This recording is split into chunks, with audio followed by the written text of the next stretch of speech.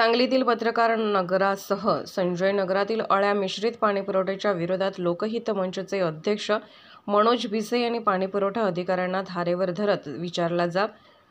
सांगली, मिरज आणि कुपवाड शहर महानगरपालिका क्षेत्रात महानगरपालिकेच्या वतीने सांगलीतील संजय नगर आणि पत्रकार नगरात अळ्या मिश्रित व दूषित गढूळ पाण्याचा पुरवठा होत असल्याचे निदर्शनास आल्याने या विरोधात लोकहित मंचच्या वतीने आज पाणीपुरवठा कार्यकारी अभियंता चिदानंद कुरणे यांना जाब विचारत दूषित अळ्या मिश्रित पाण्याच्या बाटलीसह निवेदन दिले।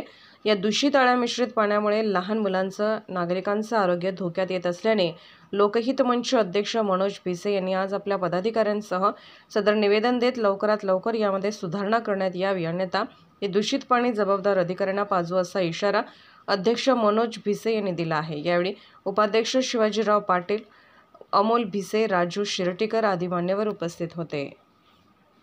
लोकहित मंच सांगलीच्या वतीने सांगली, मिरज, कुपवाड परिसरामध्ये अळी मिश्रित पाण्यासंदर्भात कार्यकारी अभियंता माननीय चिदानंद कुरणे साहेबांना आम्ही निवेदन दिलं। संजय नगर, पत्रकार नगर या भागात अळी मिश्रित पाण्याचा सुरू झाले आहे, त्यामुळं नागरिक, लहान मुलंही आजारी पडत आहेत। याचा आम्ही आज त्यांना सांगितलेलं आहे की याच्यामुळे साथीचे रोग येऊ शकतात आणि आमच्या या निवेदन दिलेल्या गोष्टीचा विचार करावा, नाहीतर आम्ही या तीव्र स्वरूपाचं इथून पुढं आम्ही आंदोलन करणार नाही। जर हे झालं तर येत्या 2-3 दिवसात आम्ही या पाण्याचं अधिकाऱ्यांना पाजू, आम्ही असं लोकहित मंचच्या वतीने इशारा देत आहे।